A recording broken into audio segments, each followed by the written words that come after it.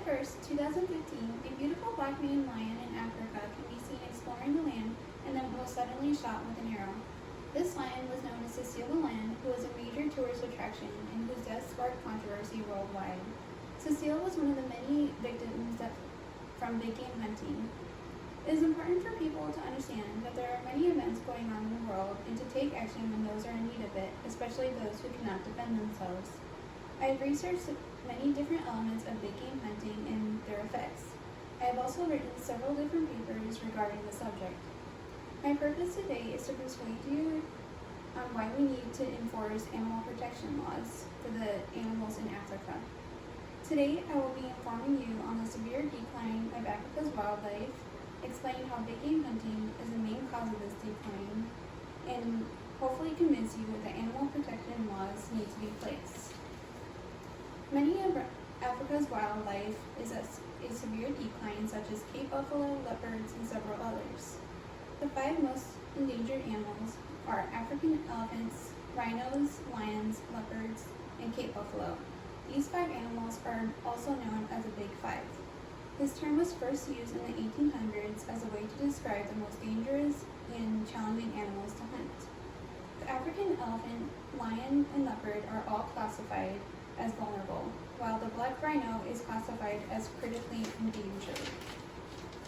The animal that once ruled the land that I walked on is now vanishing from the wild completely. It is estimated that there are fewer than 25,000 wild lions in Africa. At one point, lions could be found all around the African continent, but now they are mainly found within a 660,000 square radius, as stated by author Olivia Prinzel.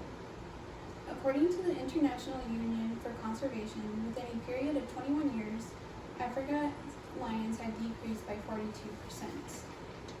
Even though they are one of the world's largest animals, elephants are at most risk. In 2016, the IUCN had researched and reported that a decrease between 93,000 and 111,000 elephants had been affected by this. According to the UN Environment Program, there is an estimate of around 350,000 elephants left in Africa, but around 10 to 15,000 are killed every year.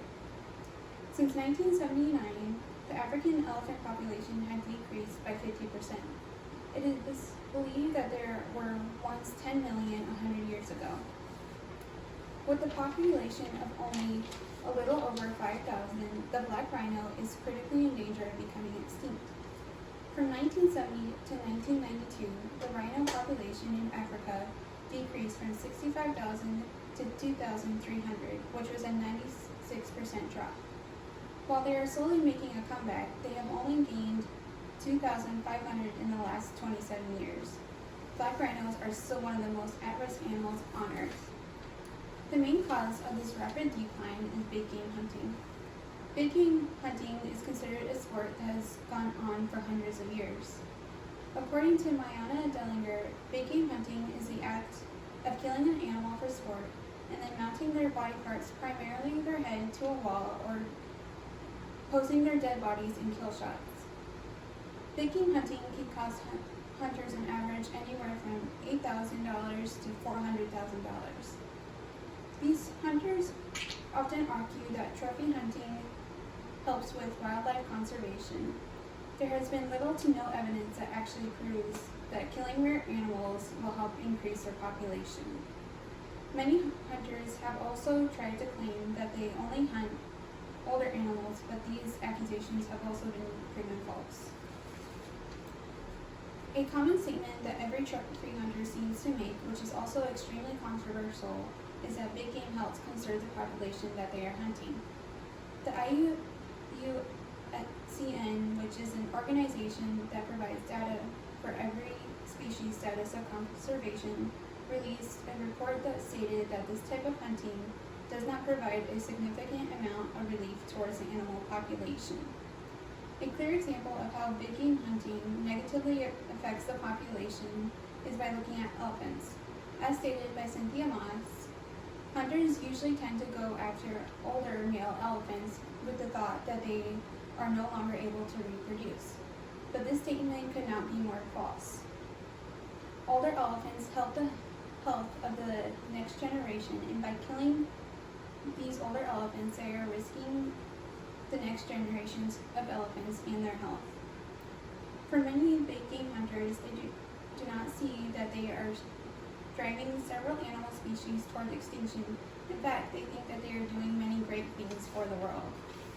A way that this problem can be resolved is by inflicting endangered animal laws.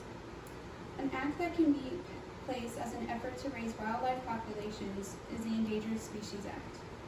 The ESA is a program that aims to help conserve any endangered animals in the areas that they reside in. Although it is an American regulation, it also prohibits any imports or exports of foreign commerce. A treaty that can also be implemented to Africa's wildlife is CITES. CITES, which stands for the Convention on International Trade in Endangered Species, was first enforced July 1st, 1975. CITES is an international treaty that is designed to protect endangered plants and animals. CITES is not a law, but it is a treaty between over 130 countries that have signed to protect animals. These countries had all agreed to monitor all wildlife populations that are at risk because of trade. This treaty designed restrictions which were placed to decrease the high demand of any endangered wildlife, to allow their population to increase.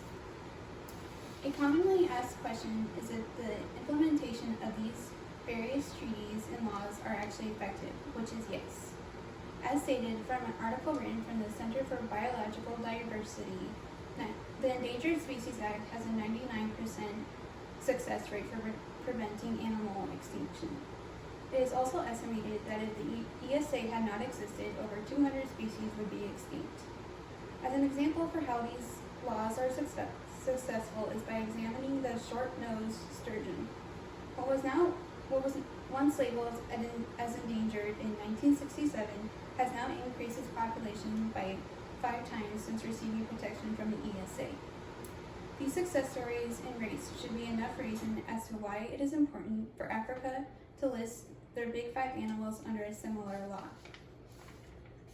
My purpose today was to persuade you into understanding why it is important that we place Africa's wildlife under a similar animal protection law.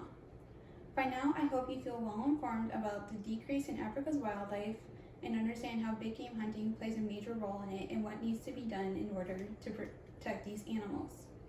It is important for people to understand that Cecile the lion was not the first and certainly not the last animal to be a victim from big game hunting.